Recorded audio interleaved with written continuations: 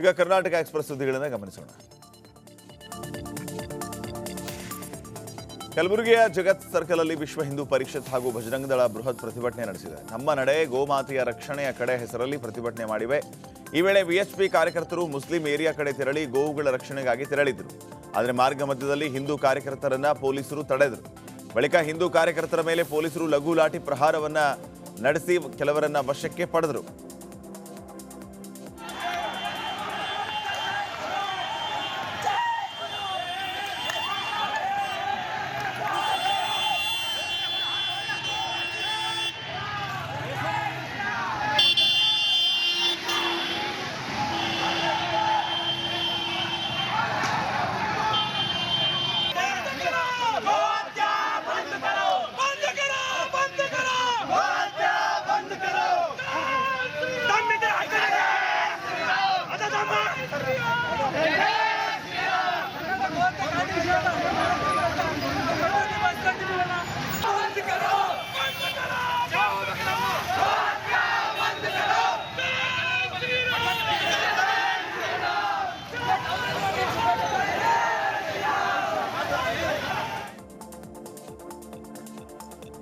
Chinnaswamy stadium ಕಾಲ್ತುಳಿದ ಪ್ರಕರಣಕ್ಕೆ ಸಂಬಂಧಪಟ್ಟಂತೆ police ಅಧಿಕಾರಿಗಳ ಅಮಾನತನ್ನು ಖಂಡಿಸಿ ಬಿಜೆಪಿ ಪ್ರತಿಭಟನೆಯನ್ನು ನಡೆಸಿದೆ. ಕಲಬುರಗಿಯ ಎಸ್ಪಿಪಿ ಸರ್ಕಲ್ ಅಲ್ಲಿ ನಡೆದ ಪ್ರತಿಭಟನೆಯಲ್ಲಿ ಬಿಜೆಪಿ ಶಾಸಕ ಬಸವರಾಜ ಮತ್ತಿಮೂಡ್, ನಗರಾಧ್ಯಕ್ಷ ಚಂದು ಪಾಟೀಲ್ ಸೇರಿ ಹಲವರು ಭಾಗಿಯಾಗಿದ್ದರು. ಈ ವೇಳೆ ಸಿಎಂ ಸಿದ್ದರಾಮಯ್ಯ, ಡಿಸಿಎಂ ಡಿಕೆ ಶಿವಕುಮಾರ್ ಫೋಟೋಗೆ ಬೆಂಕಿ ಹಚ್ಚಿ ಬಿಜೆಪಿ ಕಾರ್ಯಕರ್ತರು ಆಕ್ರೋಶ ಹೊರಹಾಕಿದರು. ಕಾಲ್ತುಳಿತದಿಂದ ಸಾವನ್ನಪ್ಪಿದ 11 ಜನರ ಫೋಟೋ ಹಿಡಿದು ಸರ್ಕಾರದ ವಿರುದ್ಧ ಆಕ್ರೋಶವನ್ನ ವ್ಯಕ್ತಪಡಿಸಿದರು. ತಾರೀಕಿಗೆ ಮ್ಯಾಚ್ ಮಿಡ್ ನೈಟ್ 12 ಗಂಟೆಗೆ ಮ್ಯಾಚ್ ಮುಗಿದ್ರು ಕೂಡ ಬೆಳಗಿನ ಅರ್ಲಿ ಮಾರ್ನಿಂಗ್ ಇವತ್ತು ಸೆಲೆಬ್ರೇಷನ್ ಮಾಡ್ತಕ್ಕಂಥ ಕಾರ್ಯಕ್ರಮ ಇವತ್ತು ಕಾಂಗ್ರೆಸ್ ಸರ್ಕಾರದವರು ಇವತ್ತು ಮಾಡಿದರೆ, ಸಿದ್ದರಾಮಯ್ಯ ಸರ್ಕಾರ ಮಾಡ್ಯದ. ಇವತ್ತು ಯಾವುದೇ ಕೂಡ ಪೊಲೀಸ್ ವ್ಯವಸ್ಥೆ ಇರಲಾದೆ ಇವತ್ತು ಪೊಲೀಸ್ ಅಧಿಕಾರಿಗಳು ಕೂಡ ಮಾಹಿತಿ ಕೊಡ್ತಕ್ಕಂಥ ಕೆಲಸ ಮಾಡೋದು ಜನ ಭಾಳ ಸೇರ್ತಾ ಇದ್ದಾರೆ. ಆದರೆ ಬಂದೋಬಸ್ತ್ ಮಾಡ್ಲಿಕ್ಕೆ ಆಗೋದಿಲ್ಲ ಅಂತಕ್ಕಂಥದ್ದು. ಹಾಗಾದ್ರೆ ಇವತ್ತು ತಕ್ಷಣ ಇವತ್ತು ಕಾಂಗ್ರೆಸ್ ಸರ್ಕಾರದ ಸಿದ್ದರಾಮಯ್ಯ ರಾಜೀನಾಮೆ ಕೊಡಬೇಕು, ಡಿಕೆ ಶಿವಕುಮಾರ್ ರಾಜೀನಾಮೆ ಕೊಡಬೇಕು. 11 ಜನ ಇವತ್ತು ಯುವಕರು ಸಹೋದರ ಸಹೋದರಿ ಇವತ್ತಂತ ಕಾಲ್ತುಳಿದಲ್ಲಿ ಮಣ್ಣೊಂಡಿದ್ದಾರೆ. ಅವ್ರಿಗೆ ಸೂಕ್ತವಾದಂಥ ಪರಿಹಾರ ಕೊಡ್ತಕ್ಕಂಥ ಕೆಲಸ ಆಗಬೇಕು. ಇವತ್ತು ಅಮಾಯಕರಿದ್ದಂಥ ಪೊಲೀಸ್ ಅಧಿಕಾರಿಗಳು, ಇವತ್ತು ಕಮಿಷನರ್ಗಳು, ಇವತ್ತು ನಿಷ್ಠಾವಂತ ಕೆಲಸ ಮಾಡ್ತಕ್ಕಂಥ ಅಧಿಕಾರಿಗಳು ಅವರು ಮಾಡಿದಂಥ ತಪ್ಪಿಗೆ ಇವತ್ತು ಪೊಲೀಸ್ ಅಧಿಕಾರಿಗಳು ಸಸ್ಪೆನ್ಷನ್ ಮಾಡ್ತಕ್ಕಂಥ ಕೆಲಸ ಮಾಡಿದ್ದಾರೆ. ಇವತ್ತು 3ನೇ ತಾರೀಕಿಗೆ ಮ್ಯಾಚ್ ಮಿಡ್ ನೈಟ್ 12 ಗಂಟೆಗೆ ಮ್ಯಾಚ್ ಮುಗಿದ್ರು ಕೂಡ ವಿಜಯಪುರದ ಗಾಂಧಿ ಸರ್ಕಲ್ ಅಲ್ಲಿ ಬಿಜೆಪಿ ಜಿಲ್ಲಾ ಘಟಕದ ಕಾರ್ಯಕರ್ತರು ರಾಜ್ಯ ಸರ್ಕಾರದ ವಿರುದ್ಧ ಪ್ರತಿಭಟನೆ ನಡೆಸಿದರು. ಆರ್ಸಿಬಿ ವಿಜಯೋತ್ಸವದಲ್ಲಿ ಕಾಲ್ತುಳಿತ ಪ್ರಕರಣಕ್ಕೆ ಸಂಬಂಧಪಟ್ಟಂತೆ ಮುಖ್ಯಮಂತ್ರಿ, ಉಪಮುಖ್ಯಮಂತ್ರಿ ರಾಜೀನಾಮೆ ಕೊಡಬೇಕು ಅಂತ ಒತ್ತಾಯಿಸಿದರು. ಪ್ರತಿಭಟನೆಯಲ್ಲಿ ಸಂಸದ ರಮೇಶ್ ಜಿಗಜಿಣಗಿ, ಮಾಜಿ ಸಚಿವ ಅಪ್ಪಾಸಾಹೇಬ್ ಪಟ್ಟಣಶೆಟ್ಟಿ, ಜಿಲ್ಲಾ ಪ್ರಧಾನ ಕಾರ್ಯದರ್ಶಿ ಮಳುಗೌಡ ಪಾಟೀಲ್, ಬಿಜೆಪಿ ರಾಜ್ಯ ಎಸ್ಸಿ ಮೋರ್ಚಾ ಪ್ರಧಾನ ಕಾರ್ಯದರ್ಶಿ ಉಮೇಶ್ ಕಾರಜೋಳ ಸೇರಿದಂತೆ ಬಿಜೆಪಿ ಕಾರ್ಯಕರ್ತರು ಪ್ರತಿಭಟನೆಯಲ್ಲಿ ಭಾಗಿಯಾಗಿದ್ದರು.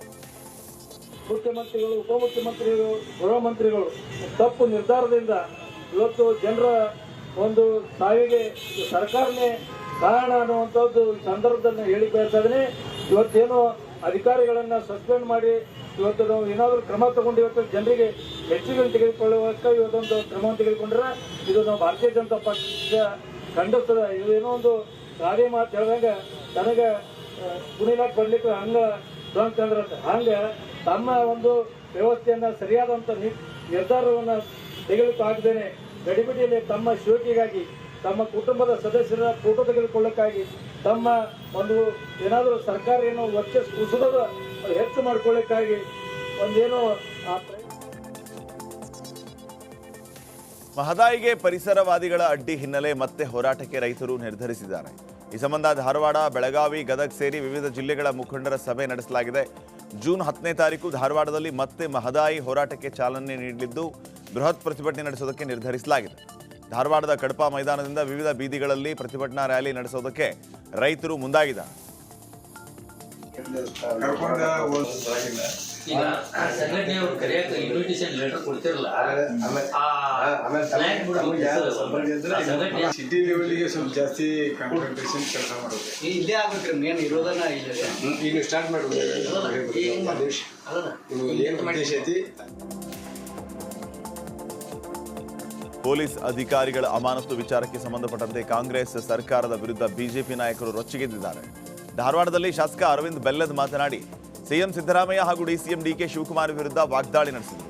ವ್ಯವಸ್ಥಿತವಾಗಿ ತನಿಖೆ ಹಳ್ಳ ಹಿಡಿಸ್ತಾ ಇದ್ದಾರೆ. ಘಟನೆ ನಡೆದ ದಿನವೇ ಜಿಲ್ಲಾಧಿಕಾರಿ ಮ್ಯಾಜಿಸ್ಟ್ರೇಟ್ ತನಿಖೆ ಅಂತ ಹೇಳಿದರು. ಅವತ್ತೇ ತನಿಖೆಯ ದಾರಿ ತಪ್ಪಿಸಿದರು. ಇದಕ್ಕೆ ಮೂಲ ಕಾರಣೀಭೂತ ಸಿಎಂ, ಡಿಸಿಎಂ ಅಂತ ಅರವಿಂದ್ ಬೆಲ್ಲದ್ ಆರೋಪಿಸಿದರು.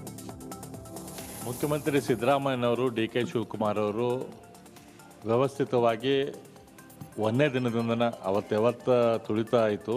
ಅವತ್ತನ ಸಂಜೆಗೆ ಅವ್ರು ಯಾವಾಗ ಒಂದು ಜಿಲ್ಲಾಧಿಕಾರಿಗಳ ನೇತೃತ್ವದಲ್ಲಿ ಎನ್ಕ್ವೈರಿ ಆಗ್ಬೇಕಂತ ಮಾಡಿದರು, ಅವತ್ತು ಇದನ್ನು ಎನ್ಕ್ವೈರಿದು ಹಳ್ಳಾಡಿಸ್ತಾರೆ ಅಂಥೇಳಿ ಎಲ್ಲರಿಗೂ ಗೊತ್ತಾಕಿತ್ತು.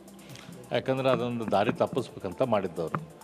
ಯಾವುದೋ ಹುಣ್ಣಿಗೆ ಎಲ್ಲೋ ಮಲಾಮ ಹಚ್ಚಿದಂಗೆ ಕೆಲಸ ಮಾಡತ್ತಾರೆ. ಇದಕ್ಕೆ ಕಾರಣೀಭೂತರಾದವ್ರು ಯಾರು? ಕಾರಣೀಭೂತರು ಇವರು ಕಾಂಗ್ರೆಸ್ದವರು, ಮುಖ್ಯಮಂತ್ರಿಗಳು, ಉಪಮುಖ್ಯಮಂತ್ರಿಗಳು ಅದಕ್ಕೆ ನೇರವಾಗಿ ಜವಾಬ್ದಾರಿ.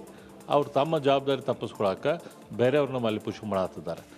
ಪೊಲೀಸರು ಮುಂಜಾನೆ 3:30-4 ತನಕ ಎಲ್ಲರನ್ನೂ ಮನೆಗೆ, ಹುಡುಗರನ್ನೆಲ್ಲರನ್ನೂ ಕಂಟ್ರೋಲ್ ಮಾಡಿ ಮನೆಗೆ ಕಳಿಸಿ, ಅವ್ರ ಮನೆಗೆ ತಮ್ಮ ಮನೆಗಳಿಗೆ ಮುಟ್ಟಿ 6:30-7 ಗಂಟೆ ತನಕ ಮತ್ತು ಇವರು ವಾಪಸ್ ಡ್ಯೂಟಿ ಮೇಲೆ ಹಾಕಿದರೆ ಹೆಂಗೆ ಬರೋಕ್ಕೆ ಸಾಧ್ಯ ಆಕೈತಿ? ಮುಖ್ಯಮಂತ್ರಿ ಸಿದ್ದರಾಮಯ್ಯನವರು, ಡಿ.ಕೆ. ಶಿವಕುಮಾರ್ ಅವರು ವಿನಯ್ ಕುಲಕರ್ಣಿ ಜಾಮೀನು ರದ್ದು ವಿಚಾರವಾಗಿ ಧಾರವಾಡದಲ್ಲಿ ಹೋರಾಟಗಾರ ಬಸವರಾಜ್ ಕೊರವರ್ ಪ್ರತಿಕ್ರಿಯೆಯನ್ನು ನೀಡಿದ್ದಾರೆ. 7 ದಿನದಲ್ಲಿ ಶರಣಾಗೋದಕ್ಕೆ ಕೋರ್ಟ್ ವಿನಯ್ ಕುಲಕರ್ಣಿಗೆ ಹೇಳಿದೆ. ನಾವು 9 ವರ್ಷದಿಂದ ಹೋರಾಟವನ್ನು ಮಾಡ್ತಾ ಇದ್ದೀವಿ. ಮೊದಲಿನಿಂದಲೂ ನಿಜವಾದ ಆರೋಪಿಗಳಿಗೆ ಶಿಕ್ಷೆಯಾಗಲಿ ಅನ್ನೋದು ನಮ್ಮ ಹೋರಾಟ ಅಂತ ಹೇಳಿದರು. ನಾನು ತಮ್ಮ ಮೂಲಕ ಹೇಳೋದಿಷ್ಟೇ, ನಾವು ಕಳೆದ 9 ವರ್ಷಗಳಿಂದ ಯೋಗೇಶ್ ಗೌಡರ ಕುಟುಂಬದ ಸದಸ್ಯರಾದಂಥ ಗುರುನಾಥ್ ಗೌಡರು ಅವರ ಕುಟುಂಬದ ಅವರ ಸಹೋದರೆಲ್ಲರೂ ಸೇರಿ ಈ ಹೋರಾಟವನ್ನು ಮಾಡ್ಕೊಂಡು ಬಂದಿದ್ದೀವಿ. ನಾವು ಮೊದಲಿನಿಂದ ನಮ್ಮ ಹೋರಾಟ ಇಷ್ಟೇ ಅಂತ ಕೇಳಿದರೆ, ಆದಂತಹ ಯಾವ ಆರೋಪಿಗಳು ಇದರಲ್ಲಿದ್ದಾರೋ ಎಲ್ರಿಗೂ ಶಿಕ್ಷೆ ಆಗಬೇಕು ಅನ್ನುವಂತಹ ಒಂದು ದೃಷ್ಟಿಕೋನದಿಂದ ನಾವು ಹೋರಾಟ ಮಾಡ್ಕೊಂಡು ಬಂದಿದ್ದೀವಿ.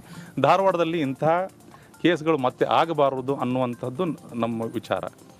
ಸೊ ಈಗ ಕಳೆದ ಒಂದು 4-5 ತಿಂಗಳ ಹಿಂದುಗಡೆ ಮತ್ತೆ ಈ ಮೊದಲೇನು ಇಲ್ಲಿ ಧಾರವಾಡದಲ್ಲಿ ವಿಚಾರಣೆ ನಡೆದಿತ್ತು.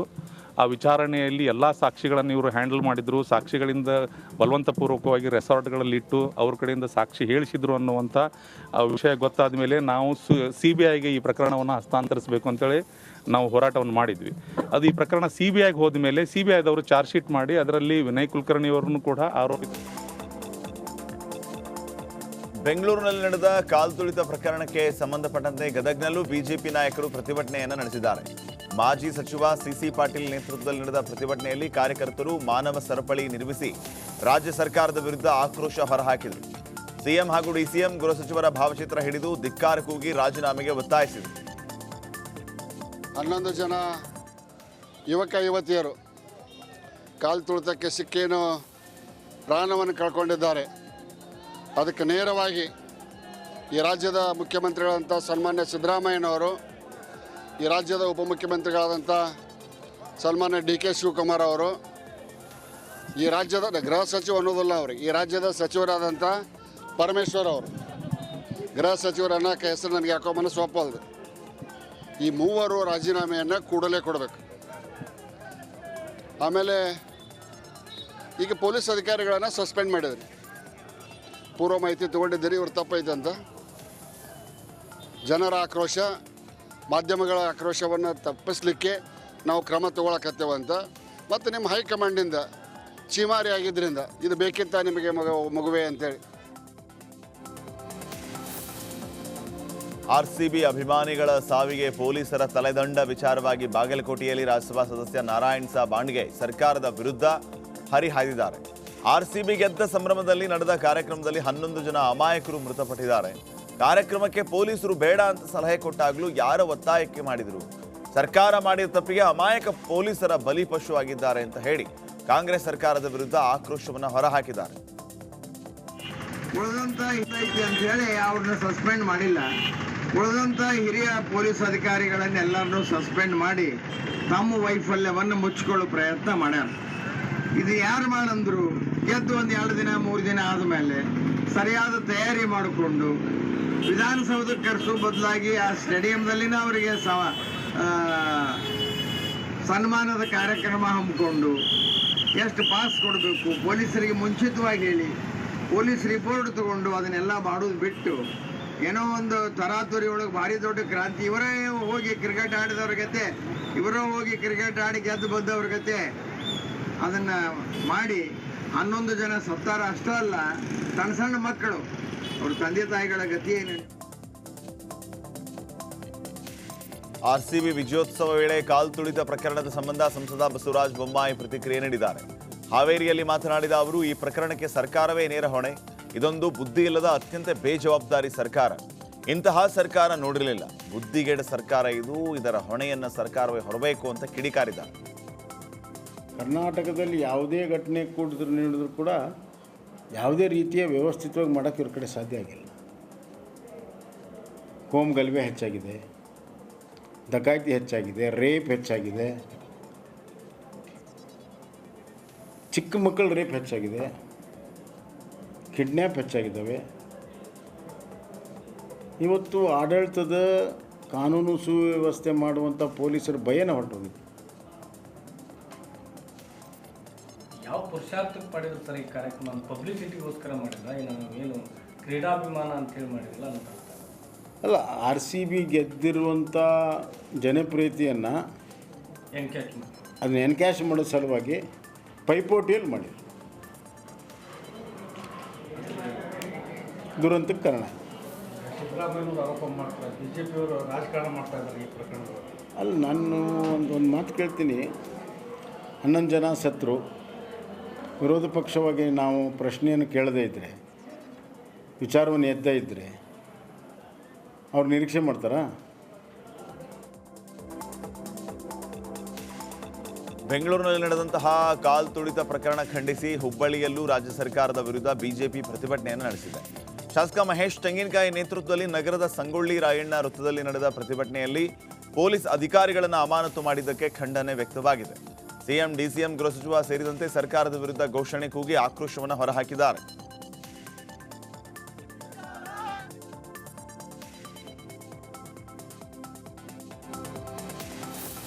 ದಾವಣಗೆರೆಯಲ್ಲಿ ಮಾಜಿ ಸಚಿವ ಎಂಪಿ ರೇಣುಕಾಚಾರ್ಯ ಕಾಂಗ್ರೆಸ್ನ ವಿರುದ್ಧ ವಾಗ್ದಾಳಿಯನ್ನು ನಡೆಸಿದ್ದಾರೆ.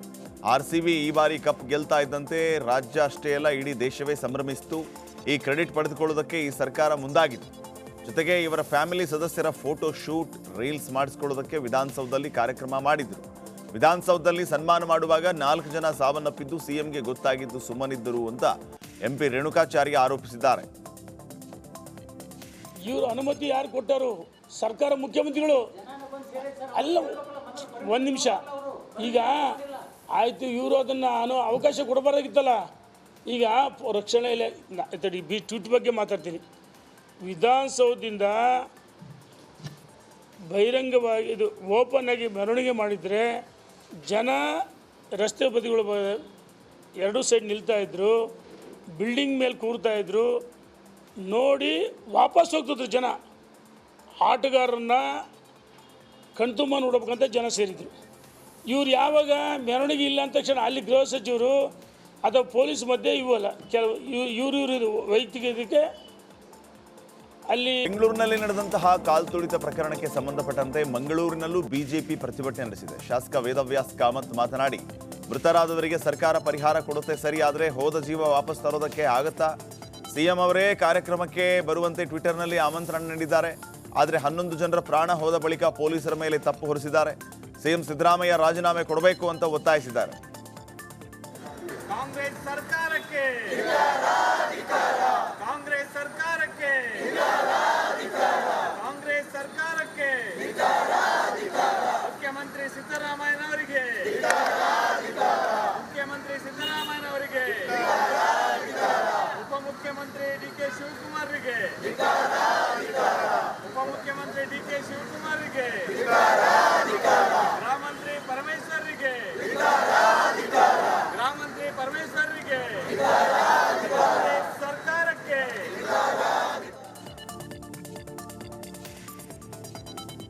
ಉತ್ತರ ಕನ್ನಡ ಜಿಲ್ಲೆಯಲ್ಲಿ ಬಕ್ರೀದ್ ಹಬ್ಬದ ಹಿನ್ನೆಲೆ ಭಟ್ಕಳ ನಗರದಲ್ಲಿ ಪೊಲೀಸ್ ಇಲಾಖೆಯಿಂದ ಪಥಸಂಚಲನ ನಡೆಸಲಾಯಿತು. 3 ದಿನಗಳ ಕಾಲ ಬಕ್ರೀದ್ ನಡೆಯಲಿದ್ದು ಹೆಚ್ಚುವರಿ SP ಕೃಷ್ಣಮೂರ್ತಿ ನೇತೃತ್ವದಲ್ಲಿ ಪಥಸಂಚಲನ ನಡೆಸಲಾಗಿದೆ.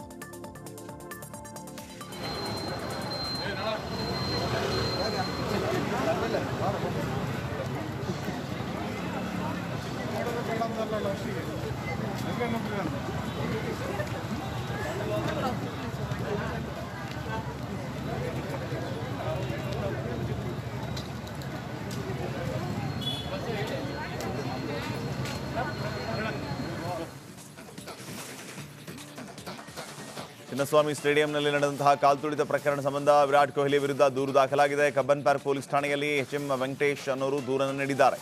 ಈಗಾಗಲೇ ದಾಖಲಾಗಿರುವ ದೂರಿನಲ್ಲಿಗೆ ಪರಿಗಣಿಸುವುದಾಗಿ ಪೊಲೀಸರ ಹಿಂಬರಹ ನೀಡಿದ್ದಾರೆ.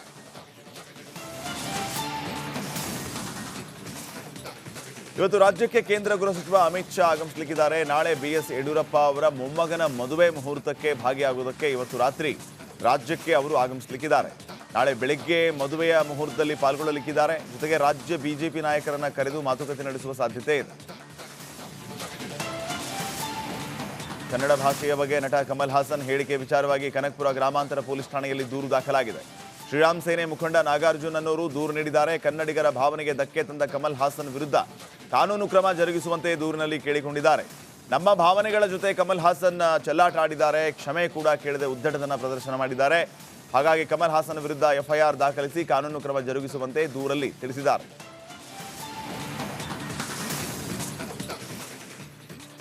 ರಾಜ್ಯದಲ್ಲಿ ಕೊರೋನಾ ಅಬ್ಬರ ಮುಂದುವರೆದಿದೆ. ಕಳೆದ 24 ಗಂಟೆಗಳಲ್ಲಿ 41 ಕೊರೋನಾ ಪಾಸಿಟಿವ್ ಪ್ರಕರಣಗಳು ದಾಖಲಾಗಿದೆ.